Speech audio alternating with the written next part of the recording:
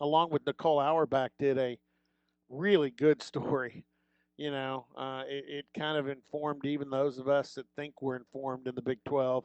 Saturday morning when I opened up my Athletic and was able to read that, it was a must read. Max Olson joins us. He's covered the Big 12 for a long time now. Max, how are you? Doing well. Good morning. Good morning. You had a chance to talk, I think, to Bob Bowlesby, but also a chance to talk to some of the athletic directors and get a feel for what their meeting was like on Friday when the Big 12 athletic directors met. Um, what were your thoughts as you were collecting quotes and thoughts from what went on Friday? Yeah, I mean, I think the process was just reaching out to as many ADs as possible to try and just get a sense not only of where this is headed, but also just their personal preferences on what the right thing to do is for the Big 12. And I think it's you do kind of hear both sides depending on who you talk to. Some folks really do think that keeping it simple with a 9+1 schedule and a delayed start is just the easy move because it's kind of more in line with the rest of the Power Five schools. From a safety standpoint, it gives you some time in September to adjust to students returning to campus and kind of work through those issues before you play a game. And then you just play the one non-conference home game.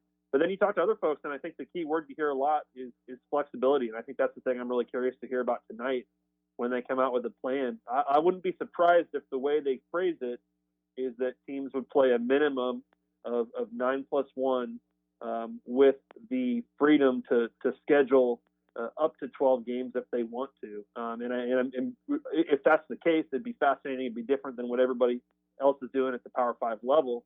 And it would be really curious to see how do the 10 teams kind of approach that if they have the freedom to go schedule more games. And I think there's kind of a interesting argument for that because the thinking from Bob Bowlesby and others is, look, you have to learn from Major League Baseball and these other things that are going on. There's probably going to be cancellations along the way at some point. So if you start the season as early as week 0 and are willing to play into mid-December, you've got a bigger window there to kind of manage things and deal with cancellations and rescheduled games. And if you schedule 12 and you end up playing 10, then ultimately that's successful. And that's a great point, and I think it'll be a point made within the citizenship of the Big 12 board of directors tonight. That'll be a point that I think will be made by those who want to schedule 12. But one of the things that I was thinking as I heard all the discussion, you've got teams right now just because of what else happened in the Power Five. You've got teams right now that are in different situations. Iowa State actually, with their contract with Ball State, they actually have 12 games scheduled. I think they're the only Big 12 team that actually has 12 games scheduled, although I think Oklahoma State and TCU both have some verbal agreements with some opponents that would bring them up to 12 games. And then you have Oklahoma that started fall camp on Friday and has been practicing, and they've got Missouri State in 0 week, and I'm going to guess Lincoln Riley doesn't want to have to suspend fall camp after a meeting today of the board of directors because they bump everybody back to starting sometime in September. So there's some schools, in fact, the Bedlam rivals. I think Oklahoma State and Oklahoma are both going to be on the same side of the issue, at least at the start of the discussion tonight. Yeah, it's interesting.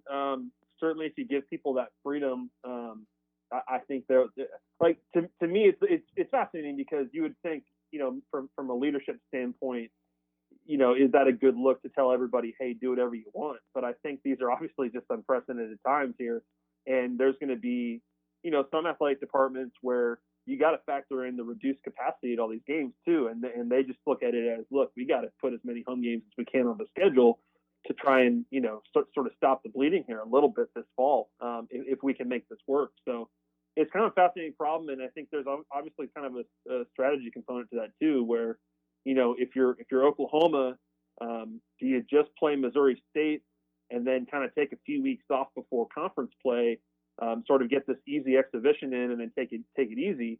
Or if you're one of those teams that decides to play 12, certainly it's going to make you more ready for the tough conference play, but you may also have more injuries. So I think the effect on the conference race, if everybody can kind of do what they want, would be pretty crazy. If you were guessing, based on the conversations you've had Friday and maybe even some over the weekend, if you were guessing, and we all know there's the 12 game model, let everybody schedule the 12 games. There's the 9+1, 9 conference plus 1 non-conference, probably start later in September, have a assigned start point. And then I've even heard support for a 9+2 model from some of the folks I've talked to. If you're a betting man, if this were up on the board in Vegas, where are you putting your money and how much money would you be putting? Hey man, we're in a pandemic right now, and I'm a journalist, so I shouldn't be betting too much money on any of this, right? We're all kind of dependent on this season to get by here, man. But I think if I had to guess today, I think where this lands is you play the 9+1 as a minimum. You give schools the option to go up to 12, and then you set you set a start date for conference play, maybe around September 19th or something like that, which would give folks 3 weeks basically starting with week 0 there to get games in if they want to. I kind of think that's sort of the compromise here. You have to play 9+1, and that +1 has to be a home game just to kind of satisfy the minimums there for the TV deal. So I think it's definitely going to be a 10-game schedule at least, but I could see it going up to 12. I think Bob Bowlesby, as much as this might confuse folks that the Big 12 is going in a different direction here, I think he kind of wants to give these institutions that are all dealing with different issues in their respective communities, let them kind of determine what they're capable of doing. Yeah, and like I said, this is going to be an interesting discussion because everything I've seen with Texas, that they probably are one of those schools that's in, at least initially starting out tonight, in the 9+1 group. You have any feel for Texas? Yeah, I think Texas would. If I had to bet today, I think they would just play UTEP, and they would cancel their game with USF and just keep it simple that way. Just play one in-state team as kind of your warm up to Big 12 play. Texas is a fascinating one because they've got 7 new coaches, 2 new coordinators. You need that. I mean, and they got 0 spring practices, so you really need the the reps to get better as a team. But at the same time, I think it probably makes sense. Maybe makes more sense for them to just play the 9+1. And again, Tom Herman, I think, has done a good job. He has been, uh, you know, uh, it seems like he's really tried to gel with his players.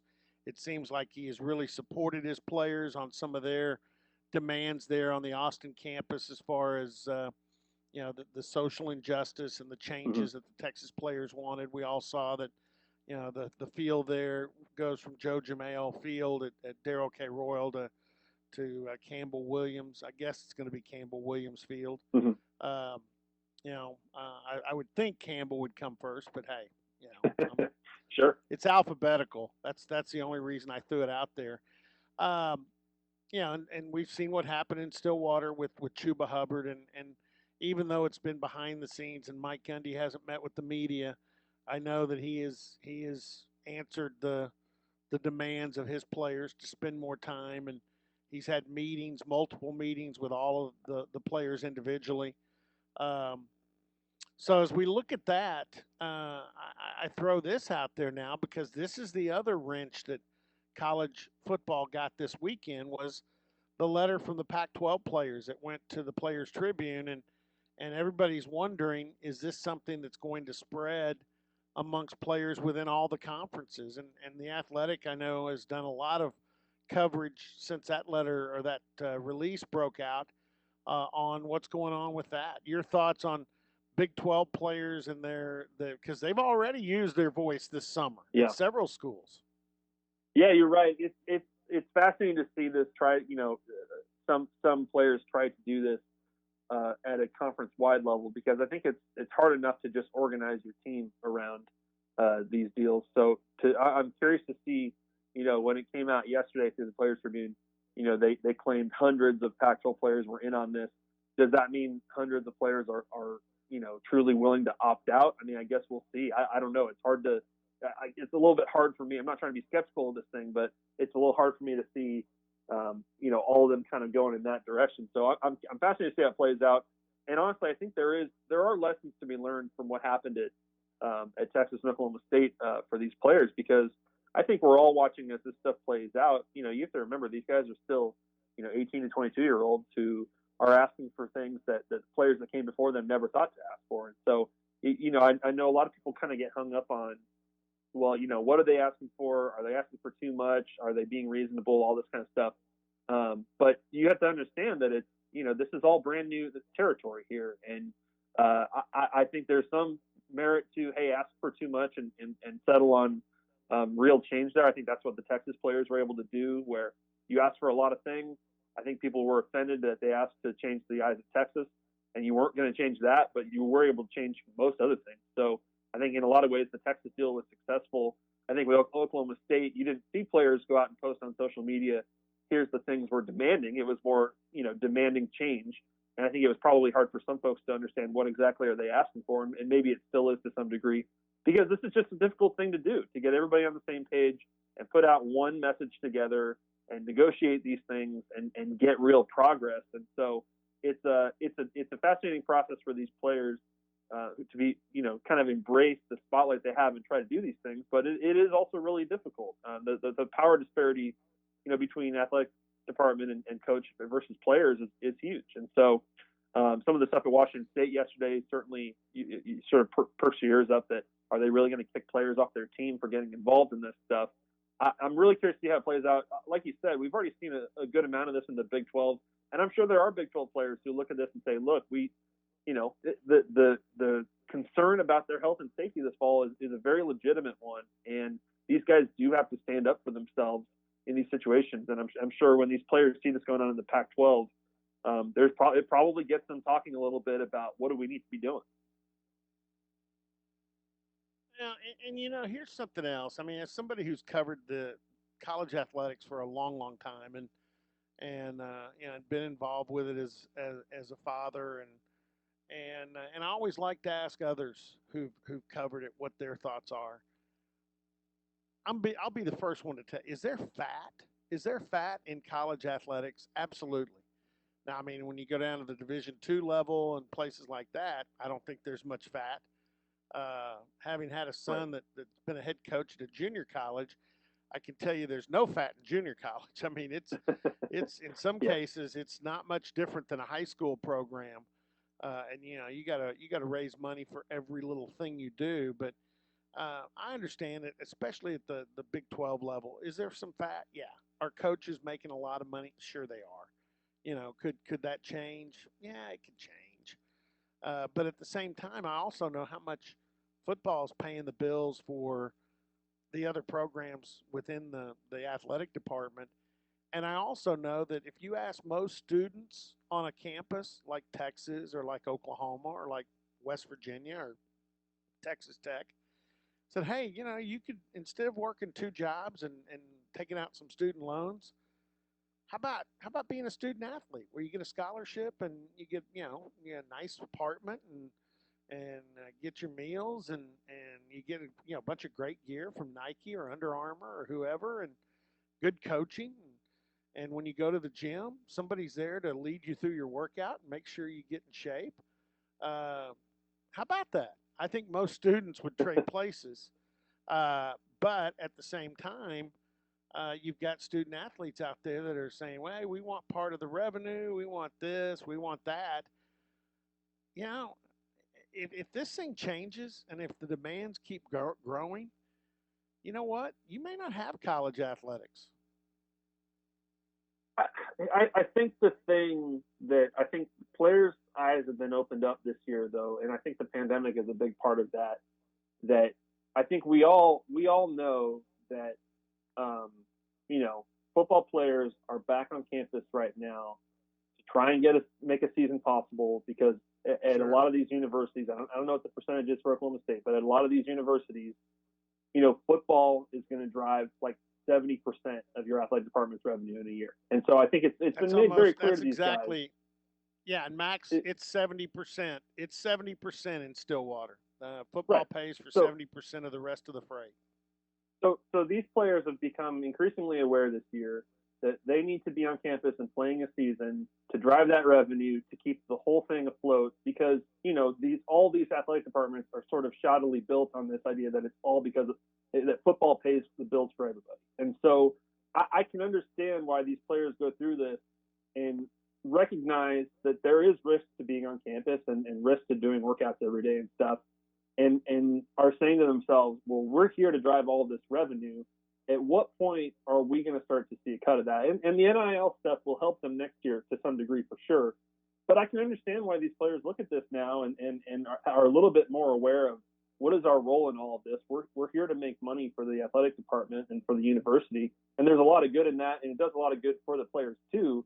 But you can understand as this all becomes a lot more clear, this is how this whole thing works for them, that there's going to be some players who say, look, it's time for us to at least ask for some cut of it. Now, whatever cut they ask of Larry Scott in the Pac-12, you're going to have some people that roll their eyes at that and say that's just not possible. But I think these are the kind of conversations that eventually in the future will lead to a more equitable deal for them. What that looks like, I have no idea. But it seems like clearly these kids are starting to realize, hey, why don't we be the class of players that starts that conversation? Yeah, it is interesting, and I've talked this morning a bunch about a big concern for the athletic departments is if you do have a season this year, and it's a very limited season with fans in the stands, a vast majority of your fans are going to learn what it's like to watch games on television. And some of them are going to realize, that trip driving to Austin or to Lubbock or Morgantown, I can do without that. Watch the game on TV and do a lot of other things on my weekend. Yeah. There may be a Oh, huge, I think through this massive whole thing, marketing Robert, issue. Yeah. I think through this whole pandemic, we've been sitting on our couches watching TV and being conditioned a little bit to this idea that look, it's safer and cheaper to just stay home. So yeah, I'm sure that's a huge concern. As much as there will always be rabid college football fans who will say, "I'll go to the game no matter what, give me a ticket." I'm sure that is a concern for athletic departments that we're going to set a limited capacity, but are there going to be some people out there who say, "I'm sorry, not this year. Let's wait until things get better before I'm willing to leave the house." Yeah. Yeah. Your thoughts? Last question. Yeah, I ask you. I'm not going to ask you to put your money on the line or anything, but um, you think we see football, at least some football, this fall? Yeah, uh, I think we're going to begin a season. I think we're going to make an attempt here, and I think that I've sort of felt that way throughout this off season as much as with all the twists and turns we've had. You at least understand that, from covering these up close and everything, just how desperate it is that there is a season, and there's just so many people that depend on it. That I think they will try to start a season, and I think just every day and every step of the way in this process, I think everyone's just going to have to cross their fingers that they can get through this because, even as they begin to hit the practice field, we can't sit here today and have any idea about how that's going to go because the NFL hasn't done it yet either. So you have to get through this month, and then you have to get through the lead up to a game, and you have to get through after one game, and then it's just going to be a very careful and cautious process here that I think is going to be really stressful and challenging. And I think we are going to definitely begin the season, and I hope we can, get through as long a one as possible in a safe fashion. But it's like I said, it's you just have to cross your fingers every day that this can continue to work. Now, I know this. Max would love for many of you to subscribe to the Athletic. That would help him gain some job security, and a lot of people have. Yes, I'm it just would. telling you, our next hour we have Greg Burks on, and most of my questions are derived from reading a story the Athletic did over the weekend on what this season is going to be like for college football officials. So, if you're looking for a good national sports page, my first choice would be the Athletic. So, there you go. Well, I That's my appreciate you saying that. Thanks so much. yeah. You guys do a great job. I every morning. That's part of my ritual now. Hey, Max, I appreciate it. Hey, thanks so much. You have a good one. All right. Anyway, we need to.